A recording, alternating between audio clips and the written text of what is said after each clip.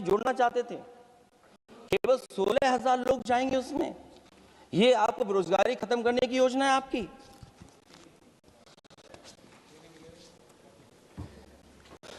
माननीय वित्त मंत्री जी के सदन के सामने स्थिति स्पष्ट करनी चाहिए कि मनरेगा एक महत्वपूर्ण योजना थी जिसमें गरीबों को ग्राम स्तर पर रोजगार मिलता था, राइट टू वर्क के अनुसार थी। इस योजना को समाप्त करते हुए आपने क्या नाम रखा है? बीबी राम जी। और हमारे राम जी कहाँ बैठे हैं? कहाँ है हमारे राम जी? पीछे बैठे, जिन्हें बचपन से हम देखते आए राम जी। ये हमारी खुशकिस्मती है कि राम जी सदन में बैठे हैं, लेकिन आप राम जी का अपमान कर रहे हैं। आपको उनको यहाँ नहीं बैठा सकते, आपको यहाँ बैठाना चाहिए नंबर 2 पर। अगर आप सच्चे मायने में सभापति महोदय बीपी राम जी, आप कृपया देखिए वित्त मंत्री राम जी को नहीं जानती हैं। अखिलेश जी, हे भगवान, अखिलेश जी आप कृपया बजट पे आ जाइए। आप कृपया बजट पे आ जाइए अखिलेश जी। सभापति महोदय बजट पे आइए, बजट पे आइए। क्या बोले? फिर बोलना दोबारा। नहीं, आप बजट क्या बोलिए? नहीं, सभापति जी बोलिए। नहीं सभापति महोदय, जिन्होंने गोली चलाई वो आपका राम मंदिर बना रहे हैं। सभापति महोदय, जिन्होंने गोली चलवाई वो राम मंदिर बनवा रहे हैं। अगर कुछ पता ना हो तो जाकर के पूछ लेना, पता कर लेना। आधी अधूरी जानकारी के साथ मत आया करो यहाँ पर। अब आप बताइए सभापति महोदय, बीबी राम जी नाम बदल दिया आपने। यूपी जैसा बड़ा स्टेट, उसको क्या मिलेगा अब, जहां पर 1000 ग्राम सभाएं अर्बन हो गई हैं। जब 1000 ग्राम सभाएं अर्बन हो गई हैं और 40% व्यय प्रदेश सरकारों पर डाल दिया गया है, ये स्कीम कैसे चलेगी आपकी? मैंने पहले ही कहा था कि एमएसपी की लीगल गारंटी मिलनी चाहिए। और जिस तरीके से किसान आत्महत्या कर रहा है, एनसीआरबी के आंकड़े सरकार के पास होंगे कि किसान कितनी आत्महत्या कर रहा है। जिन्होंने ये कहा कि 2022 तक हम दोगुनी आय कर देंगे। आप बताइए, आलू के पैदावार की क्या आय दोगुनी हो गई? धान की पैदावार करने वाले की आय दोगुनी हो गई। आपको गाय से बहुत प्रेम है। हमारे क्षेत्र में खुद एक काऊ मिल्क प्लांट बना, यूपी का पहला काऊ मिल्क प्लांट। आपकी सरकार ने उसको बंद कर दिया। आप कहते गाय की सेवा करो, लेकिन पहला यूपी का काऊ मिल्क प्लांट वो आपसे बंद हो गया। अगर शायद हम ऊंट के मिल्क की चॉकलेट बना रहे होते उस प्लांट से, तो वो प्लांट चलता रहता। आय दोगुनी कितनी हुई है बताएं सरकार? मत्स्य पालन और पशुधन विकास की तरफ सरकार का कोई ध्यान नहीं है। सरकार का कहना है कि वित्त अच्छी हुई है, लेकिन क्या कारण है कि एफडीआई में लगातार कमी आ रही है? विदेशी इन्वेस्टर्स क्यों बाहर ले जा रहे हैं? भारत में इन्वेस्ट करने के लिए क्यों नहीं इच्छुक हैं? और शेयर मार्केट क्यों इतनी जल्दी गिर जाता है? रुपए के मूल्य में डॉलर के विरुद्ध निरंतर गिरावट आ रही है। और इसके बाद सभापति महोदय, इस डील और ढील के बाद हमारा रुपया कहां होगा, ये सरकार जरूर बताए हमें। मैन्युफैक्चरिंग में कोई सुधार नहीं हो रहा है। अभी भी हम जीडीपी के 15% पर मैन्युफैक्चरिंग पर निर्भर हैं, जबकि मैन्युफैक्चरिंग के शेयर मेक इंडिया के अनुसार अभी तक 25% होना चाहिए था। इससे स्पष्ट लगता है कि मेक इन इंडिया, आत्मनिर्भर भारत और पीएलआई योजना सफल नहीं हो पाई हैं। और उसी का परिणाम है कि आज हमारे नौजवानों को रोजगार और नौकरी नहीं मिल पा रही है। सरकार उद्योगपतियों के साथ खड़ी है। सरकार द्वारा लेबर कोड्स लाए गए हैं, जिन लेबर रिफॉर्म्स के रूप में दर्शाया जा रहा है वो लेबर कोड एम्प्लॉयर के हित में है, लेबर के पक्ष में नहीं है और मजदूरों के नहीं है। अब अधिकांश उद्योगों द्वारा लेबर को कोई भी नौकरी से निकाला जा सकता है। इतना तानाशाही होगी कि जब चाहेंगे तब निकाल देंगे। उनके 8 घंटे से अधिक काम कराया जा सकता है। परमानेंट एम्प्लॉयमेंट की बजाय कॉन्ट्रैक्चुअल एम्प्लॉयमेंट की व्यवस्था की है सरकार ने। सोचिए, यही सरकार है कि सबका साथ सबका विकास। एयर पॉल्यूशन को लेकर के मैं पहले ही कह चुका हूं। और शहरी विकास तो इनका मैंने क्यूटो को मैं देखा है, इसलिए उस क्यूटो के बारे में मैं ज़्यादा नहीं कहना चाहता हूं। अंत में मैं इतना ही कहूंगा कि स्वास्थ्य और शिक्षा के केवल 10% और 14.2% बजट बढ़ाया गया है, जबकि पिछले वर्ष का पूरा बजट इन दोनों मदों में खर्च ही नहीं किया गया है। आखिरकार सरकार बताए कि खर्च क्यों नहीं हुआ, आखिर क्या कारण है किसकी वजह से खर्च नहीं हुआ है।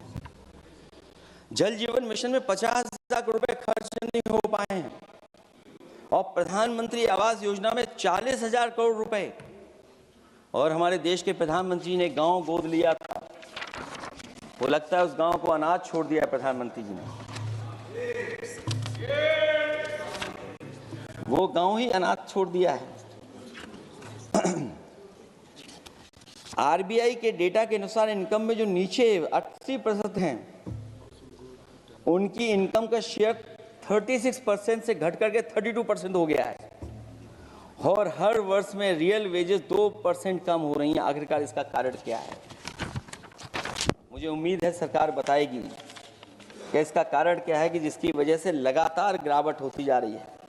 मैं रैंकिंग में नहीं जाना चाहता हूं कि हमारी रैंकिंग कहां है, गैर बराबरी की रैंकिंग में हम कहां पहुंच गए हैं, हम कितना नीचे पहुंच गए हैं। जो तरह तरह की रैंकिंग समय समय पर आती हैं, उन रैंकिंग के बारे में सरकार को ज़रूर पता होगा कि हम एजुकेशन इंडेक्स में कहाँ हैं दुनिया में, हम हेल्थ इंडेक्स में कहाँ हैं दुनिया में, और जो एयर क्वालिटी के इंडेक्स है उसमें हम दुनिया में कहाँ हैं।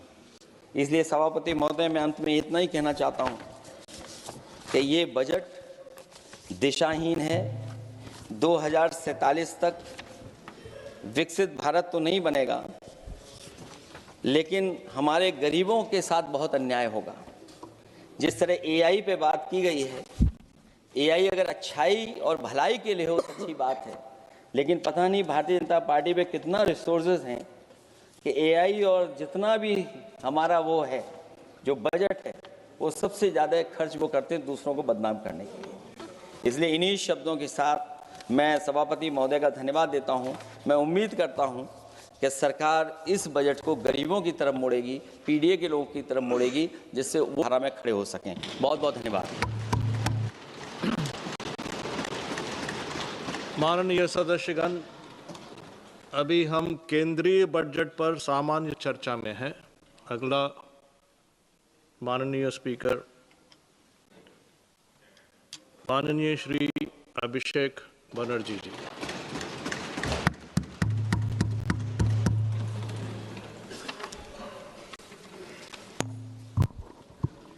Thank you, sir, for giving me the opportunity to speak on the general budget. Sir, I rise here today not merely just a member of the opposition, but as a voice of billion Indians who were promised Achhe Din and who today struggle to survive under the weight of soaring costs. So this union budget was presented on Maghi Purnima, a day which is ideally meant for clarity, renewal of purpose, and moral responsibility. Yet, sir, this budget offers none of these. It does not heal the economy. Rather, this budget curates headlines. It speaks loudly in slogans, but softly in solutions. So this is a budget that rewards those who can avoid taxes through privilege and punishes those who pay them honestly through compulsion. With all due respect to the Honorable Finance Minister, I think the Honorable Finance Minister is appearing to practice the Robin Hood model in reverse. She drains the poor through taxation and inflation while rewarding the rich with concessions and privileges. Sir, even a cup of tea today comes with GST. But relief for the common man comes with condition, clauses, terms, and regulation. This is not a simple tax regime. It's a maze where only the powerful knows the exit and the honest taxpayer keeps paying the entry fee. Sir, Akhilesh ji was speaking before me. He was saying, UP के लिए क्या मिला है मैं इस budget में देखना चाह रहा था. Sir, 85 minutes का finance minister का speech था. Bengal was not even mentioned once. Even the freight corridor from Dankuni, referenced in this very budget, was originally announced by the then railway minister in 2009, which was Mamata Banerjee, who is now the Chief Minister of West Bengal. The Constitution promises equality among states, but this government practices preference. Allies are funded while opponents are starved. So this is not a model of cooperative federalism. This is a model of subscription-based federalism. So the budget and the manner in which the government chooses to function forces us to confront a truth that we as citizens have been avoiding for too long. So in November 2021, on a stage thousands of miles away at the Kennedy Center, Veer Das, a young stand-up comedian from India, spoke of two Indias. Many laughed, some were offended, few paused to listen. But what he offered was not comedy. It was a warning, a prophecy, a mirror held up to a nation standing at the edge of its own contradictions. Because I too, sir, come from two India. And I come from an India which proclaims Ek Bharat, Shresth Bharat. And I also come from an India where mother tongue becomes a marker of suspicion, where speaking Bengali makes you a Bangladeshi and eating fish makes you a Mughal. Sir, I come from a part of India that gave birth to revolutionaries and wrote courage in blood. And I also represent an India where saying Joy Bangla or singing Amar Sonar Bangla is enough to strip you and brand you a labeled Ghuspetia.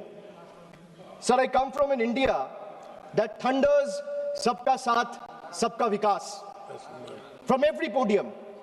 And I come from an India where West Bengal's rightful dues to the tune of 1,96,000 crores are frozen in cold bureaucratic silence.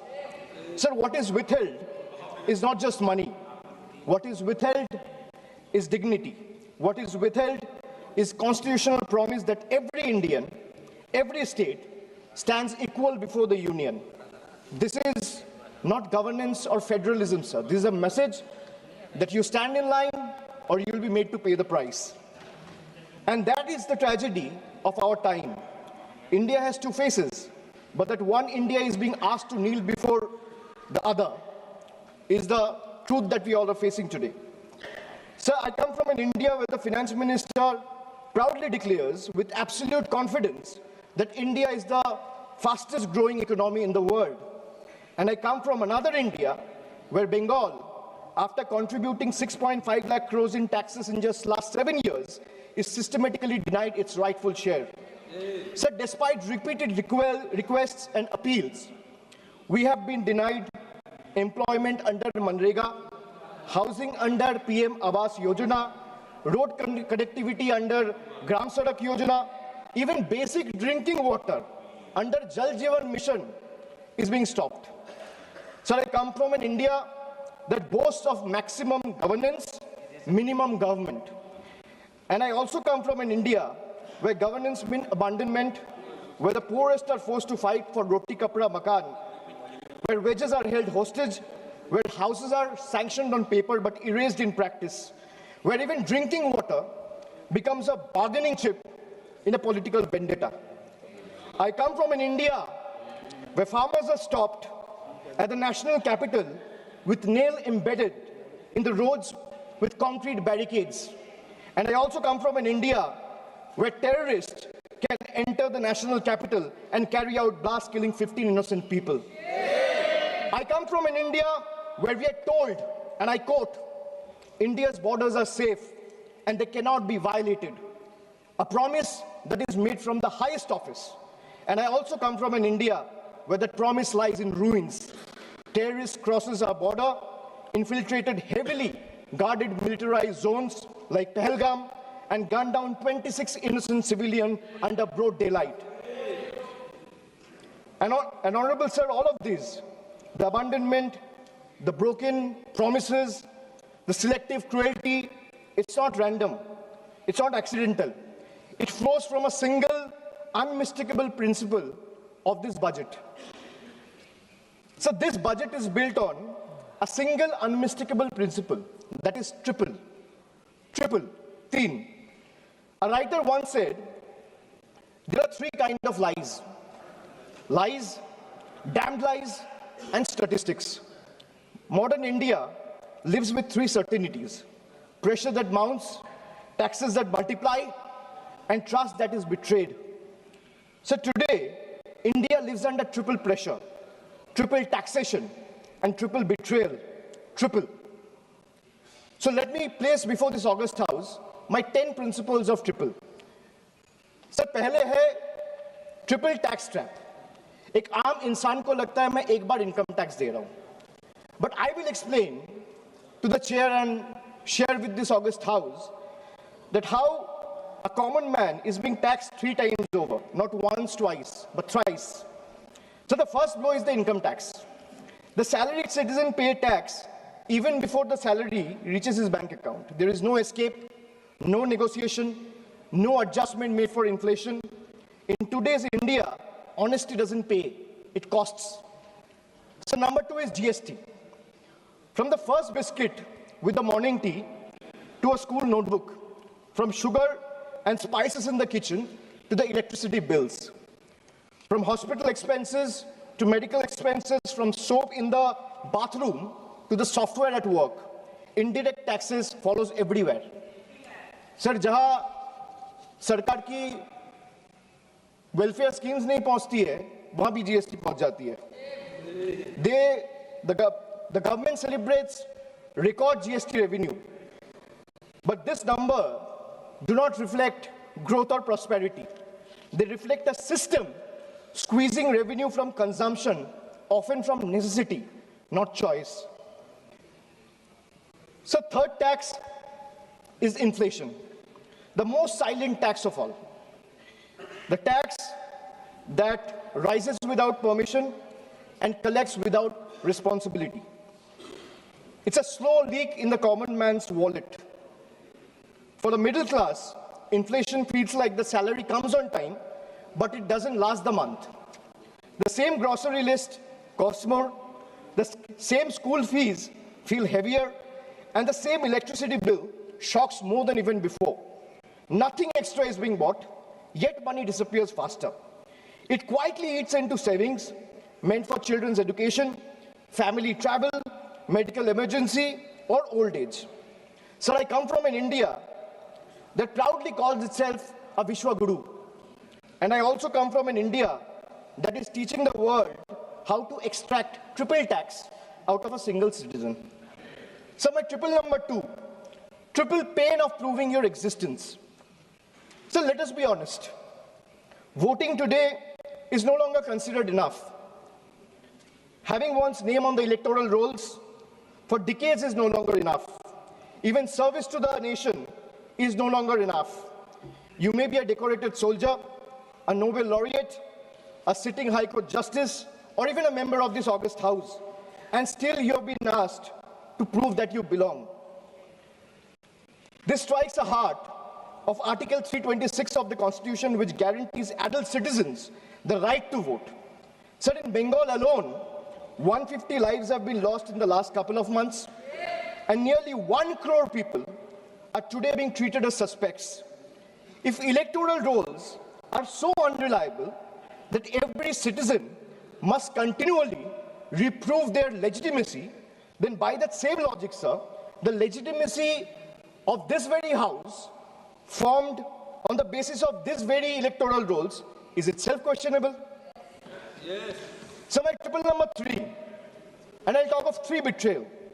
First betrayal is where the global crude oil prices crash. Indian citizen sees no benefit. Instead, the common man is generally offered ethanol mixed petrol at a premium, paying extra for a policy experiment he neither demanded nor benefits from. My second betrayal, the government boasts of bullet trains, which Akhilesh ji has also mentioned.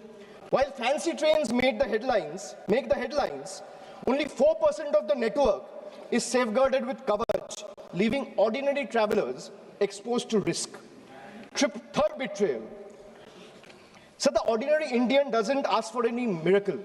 They ask for clean air to breathe, clean water to drink, safe roads to return home, and affordable health care while life falters. Even these simple hopes remain uncertain. An ordinary citizen pays income tax to buy a vehicle. Or for example, an ordinary citizen pays income tax to earn, a road tax to buy a vehicle, and toll tax to drive it on the road, often broken, unsafe, and unfinished. So 3 payments on one journey.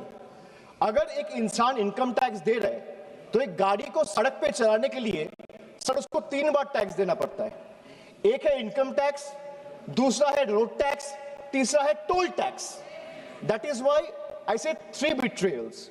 So now I'll come to triple bonanzas for the rich. So this budget reveals a clear pattern. First, a triple bonanza for the elites and a triple lock on the poor.